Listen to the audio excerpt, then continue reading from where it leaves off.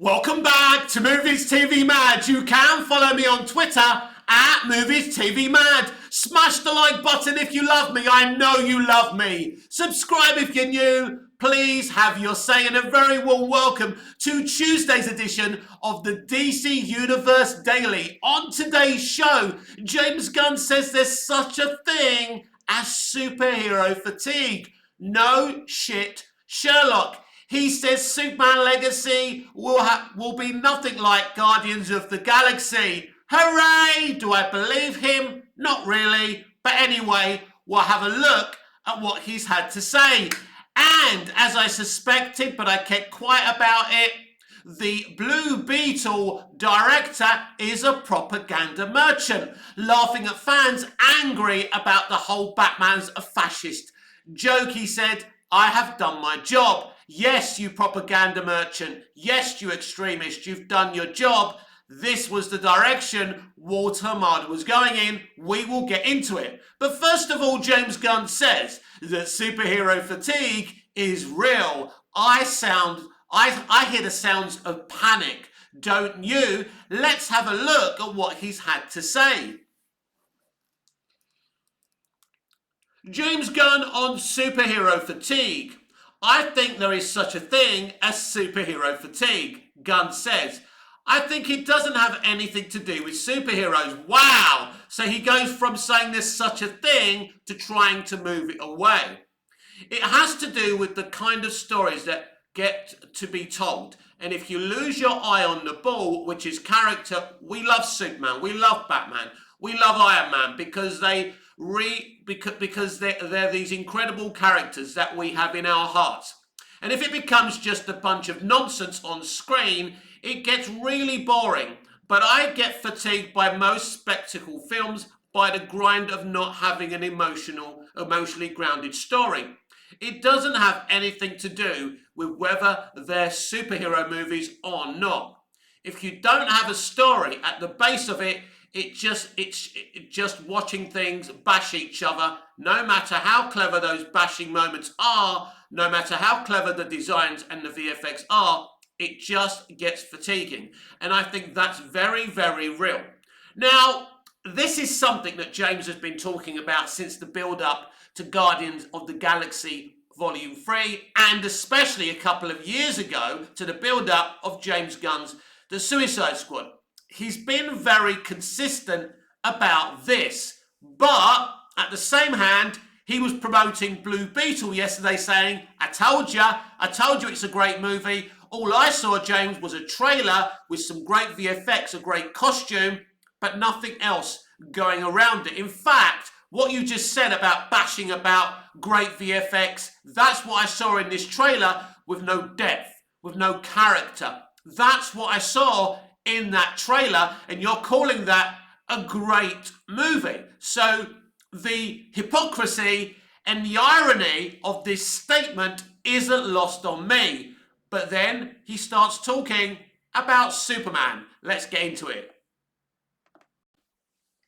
So he goes on to talk about Superman Legacy. Most of it is nothing that he hasn't posted on Twitter, but let's get into it. I learned so much from making these movies, but it's not like Superman is going to have exactly the same vibe as a Guardians movie. It's actually quite different. Gunn was also asked if this meant that he'd consider including Superman's dog, Krypto, in Legacy, prompting the director to draw comparisons to Rocket from the MCU. I think I would have an interest in a live-action Krypto, whether or not I had anything to do with Rocket. Now this is interesting. Does he mean introducing Krypto in Superman Legacy, or a live-action Krypto movie, or an animated movie, which is different? I think, personally, I'm fine with Superman having a dog called Krypto as long as it's done tastefully, giving Krypto his own movie. We've seen that with DC's Leagues of Super Pets. We've seen it, it's been done. But yeah, if you want Superman to have a dog called Krypto from Krypton, fine. I think kids will love it. I think DC fans in general will love it. And that's absolutely fine. Previously, the director offered his thoughts via Twitter, revealing that he was once approached about directing a project for the Man of Steel years ago. He turned it down because he didn't have a good angle for the character at the time. So this is stuff we've heard before. It has been a long road to this point. I was offered Superman years ago. I initially said no because I didn't have a way in that felt unique and fun and emotional that gave Superman the dignity he deserved. So that's a good thing. So when he says dignity, I want him to give Superman the dignity he deserves because Superman is desperate for that in live action.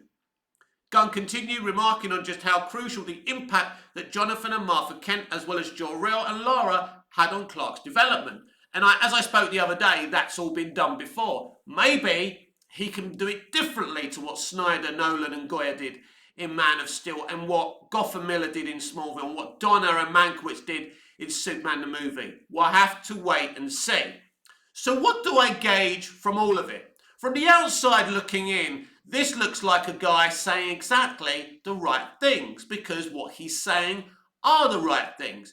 There is such a thing as superhero fatigue, but then he says it's not really superheroes, it's any movie without character. He talks about VFX and just crashing and bashing. Listen, there's nothing wrong with a VFX, a driven VFX movie that's made for kids that doesn't have much going on in it. It's okay for Sonic and Sonic 2 to have great VFX, a few laughs and not much character, although it has more character than it deserves to have. But ultimately, that's okay in the right environment. But there is such a thing as superhero fatigue. It is there because they're making bland movies and they're not even making the VFX great in terms of the MCU anymore. And so that's a huge issue as well. But yeah, what we're seeing right now is bland, interconnected movies. And we've seen it with Shazam! Fury of the Gods. We're going to see it again with Blue Beetle. I'm certain of it. And we're going to keep on seeing it in the MCU. It's not going to change. So even though he talks about superhero fatigue and he tries to take it into talking about, VFX-driven movies with no stories, I think it goes deeper than that. And the reason he's saying it's not just superheroes, it can be any movie without no character, I think the fatigue, it goes deeper than the blandness of the movie. People are getting fed up of superhero stories because we've had so much of them. There's too many of them. And I've explained before, there's a difference between Joker 2, Batman 2 and Penguin because they're making films the old-fashioned way with character and story, and they're gritty. They're very HBO-like, kind of, deep, compelling, like we saw with the Batman and like we saw with 2019's Joker. That's different. People are not fed up of those types of movies. What people are fed up of is this cartoonish bullshit with unfunny gags. And I think he's living in denial if he doesn't think it's just superheroes. Because at the end of the day, the other genre films are doing quite well. Like Dungeons and Dragons, doing quite well. People were entertained by it.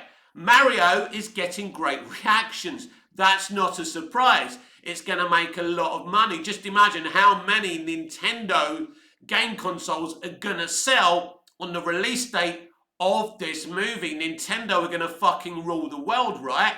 But superheroes no longer run the world. They did run the world. They were dominating, but the game is over. So why is James Gunn saying, oh, well, it's not superheroes, it's any bland movie? Well, because his bosses at WB are investing at least 250 million, maybe 300 million on him to write and direct a Superman movie to launch a new interconnected franchise. So what I see here is panic. Then we move over to when he talks about Superman, his Superman movie, Superman Legacy, being nothing like Guardians. Well, I should think not too. If it was anything like Guardians, it would be a disaster. He talks about giving Superman dignity. Quite right too. We want Superman to have the dignity that he deserves. He's saying the right things. But I heard something very interesting yesterday, and I kind of teased it on Twitter. And if you follow me on Twitter at Movies TV Mad, you would have noticed a lot of information comes my way, genuine, proper information. So I heard that David Zaslav is getting a little bit nervous about James Gunn and Peter Safran. Now, I've been told that David Zaslav is actually surprised that James Gunn isn't as wholeheartedly popular with the public and the fans as he thought. He was very surprised to see a lot of abuse coming James Gunn's way, and James Gunn being blamed for removing Henry Cavill as Superman. And Zaslav allegedly has been very surprised about this. Just shows you how much he knows if he's surprised. It sounds like someone underestimated not the popularity of James Gunn, but the popularity of Henry Cavill's Superman. And it's very, very interesting, everyone. This guy, Zaslav, is a very nervous, reactive guy. So what you're getting from James Gunn here is nervousness. It's not that superhero, it's not about superhero fatigue, it's about all fatigue. Think that's bland. I've had enough of all the visual stuff, right? He doesn't like pure visual movies, and I think some of us do.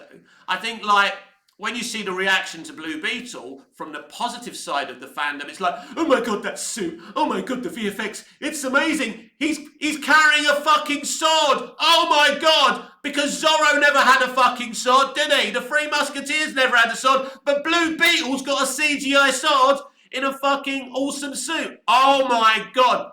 And you expect people to pay their hard-earned money just because Blue Beetle's got a fucking sword. You need more than that, and that's the issue, and that's the problem. This is actually what James Gunn's talking about, but there's a lot of nervousness in what he's saying in this Rolling Stone article. This article is about the promotion of Guardians of the Galaxy Volume 3, and instead of sticking to that, as I suspected months ago, he was going to start talking about Superman.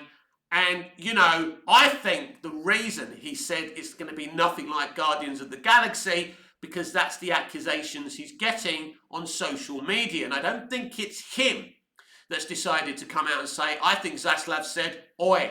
And I think Safran, to a lesser extent, said, mate, you need to remind people that you're taking this job seriously, that you understand how important Superman is to us and to the studio, the WB and DC studios as well. So make sure that people understand you're not going to have the same vibe. Because he says it's not like it's going to be the same vibe as Guardians of the Galaxy.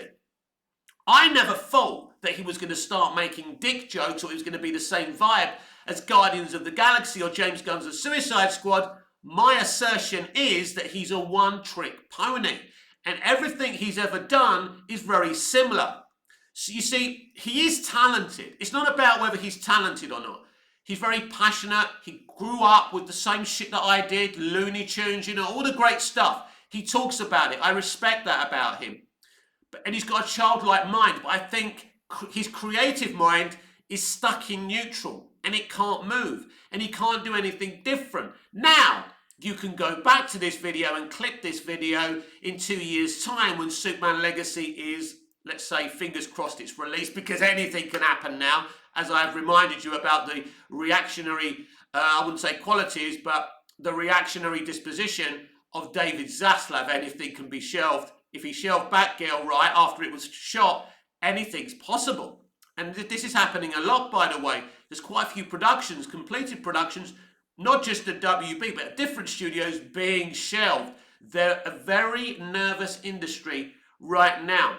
So that's my assertion, that's my accusation against James Gunn, that he's a one-trick pony. And that is my worry. And as I said, he's talking about bland, wham, bam, thank you, man movies with loads of visuals, glorious visuals, but no depth. Well, as I said, Blue Beetle, the trailer looked like it had a lot of stunning visuals, but had no depth. And he was celebrating that movie because he has to celebrate that movie, because at the end of the day, he's the co-CEO of DC Studios. I do find his position right now really, really strange.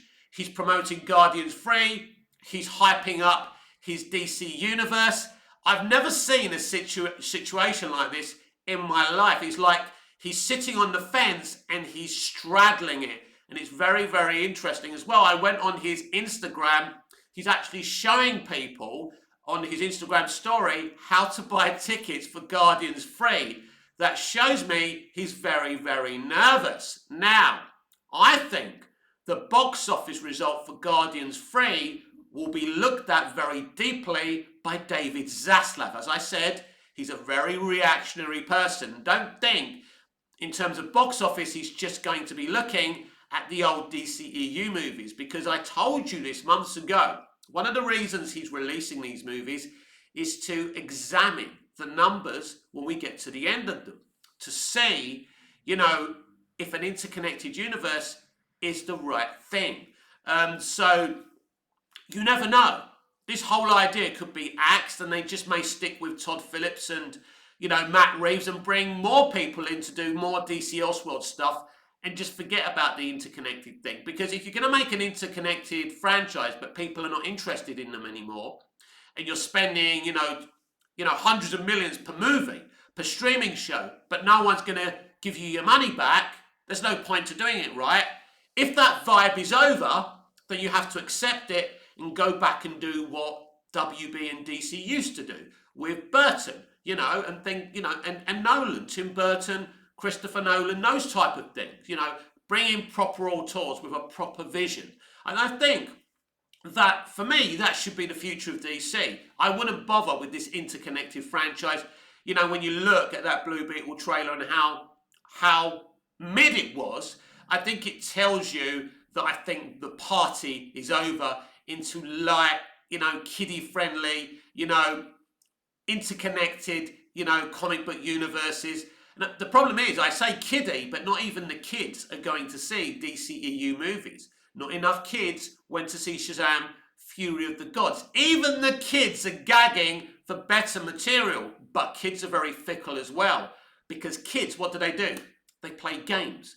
Most kids, really young kids, or kids from around, I'd say 5 to about 12, are playing Nintendo. All those kids are going to watch Mario. The superhero thing, this is what I'm saying to you.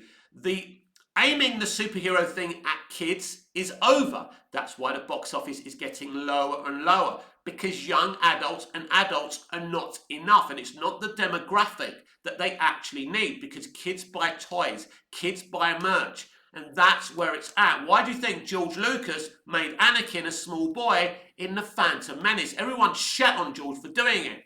But what did he do? He created a new Star Wars fan base, and many of you tell me a lot, and how old was I when The Phantom Menace was released? I was working at a place called Toy Stag, and the merch for The Phantom Menace was huge. But yeah, I was about 20-something.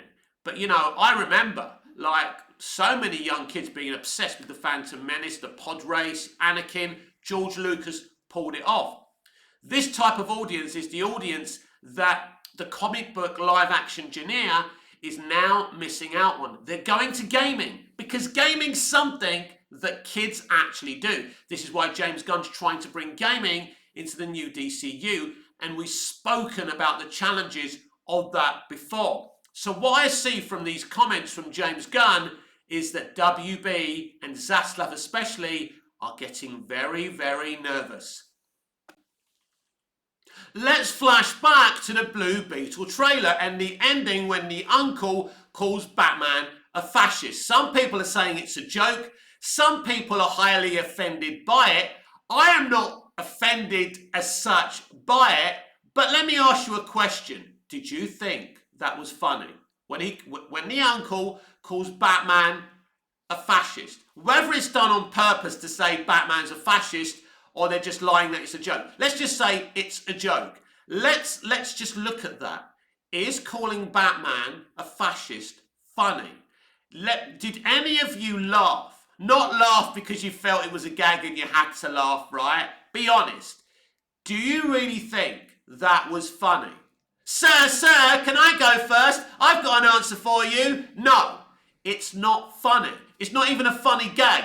If you're going to tell a funny gag about Batman, at least fucking make it be funny. So I think we all know this is, there's undertones to this. The point is, it's not supposed to be funny, because it's not funny, because this director and the writers of this film and the people who made it, and I think they're all Latin X, and there's nothing wrong with that, of course not.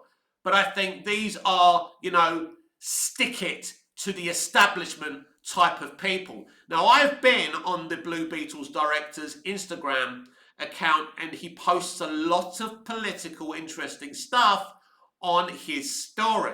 Now, I've never mentioned it before because I wanted a positive vibe around him, and I wanted to support him, at least until I saw the trailer. And if the trailer was just bland, as it is, I would have let everything go. But this is what happens when you let these extremists come into Hollywood. This is what they're all like. So he reacted to some of the negative comments about Batman being a fascist and said, I've done my job. I've done my job then. And he laughs and he posts some laughing emojis. Well done, director of Blue Beetle. You've done your job. Laughing emojis. You're so funny. You won't be laughing when your movie doesn't get a sequel. You won't be laughing when your film and your actors become a fucking meme like Shazam! Fury of the Gods. The thing is, these people really think they're so clever. And then, because the director wasn't coming on Twitter before the trailer was released, he's all over there now. And it's just really funny since that trailer's been released. Everyone who's part of that production, including the director, are just celebrating like they've done something amazing. Wow, first Latinx superhero movie. Aren't we amazing? High five, we've made it. You haven't made it. Because I think your responsibility with the first Latinx superhero movie is to make it one of the best fucking movies ever. Just like the first female Doctor should have been one of the best versions of the Doctor, right? And the first black male Doctor, Ncuti Gatwa, who's the next Doctor Who, should be the best, one of the best Doctors out there. That's what representation and inclusion should do. It should be in your quality of character, in your quality of entertainment, in your talent. But the problem is, these people are not talented. All they're interested in doing is stirring the pot. So this director is really, really happy with himself that he's upsetting people because he calls Batman a fascist in his film. It's not funny, it's done on purpose, and this is where we are today. And congratulations, director of Blue Beetle, because your film looks really, really mid, just like the other 5 DCEU films that have flopped. But we'll see. Maybe you've got a successful movie on your hands. I haven't seen the movie. I've only seen the trailer. Maybe I'm wrong about the movie. Maybe the movie is going to be really good, and I'm going to apologise and say, do you know what? I was wrong about the movie, and I will admit it if I end up liking the movie. I don't think I'm going to hate the movie. I don't think I'm going to love the movie. I just think it's another mid-tier movie. But that whole thing about Batman being a fascist is done on purpose. And as I said during my trailer reaction, what Batman fan, diehard Batman fan, is going to take that shit lying down, whether it's a joke or not a joke. But all you have to do to examine whether it's a joke or not, is it funny? Who sits there and goes, I know, I've got a good joke for you. Batman is a fascist. Ha ha ha ha ha ha. That's so funny, right? No, it ain't funny. It ain't meant to be funny. It's meant to be what it is. People are not snowflakes for getting upset about it, even though I'm not that upset about it. It's the intent that upsets me. It's the intent to divide people, to divide fans. And in the end, you know who this hurts the most? Blue Beetle fans. I've seen them, bless them. Oh my God, it's going to be amazing. Jamie interacting with the Scarab. That's going to be amazing. Oh my God, yeah. Ted called shit. Look at it. They're getting so excited, bless them. These are the people I really feel bad for. The people who are excited for this movie because they don't know what's coming their way.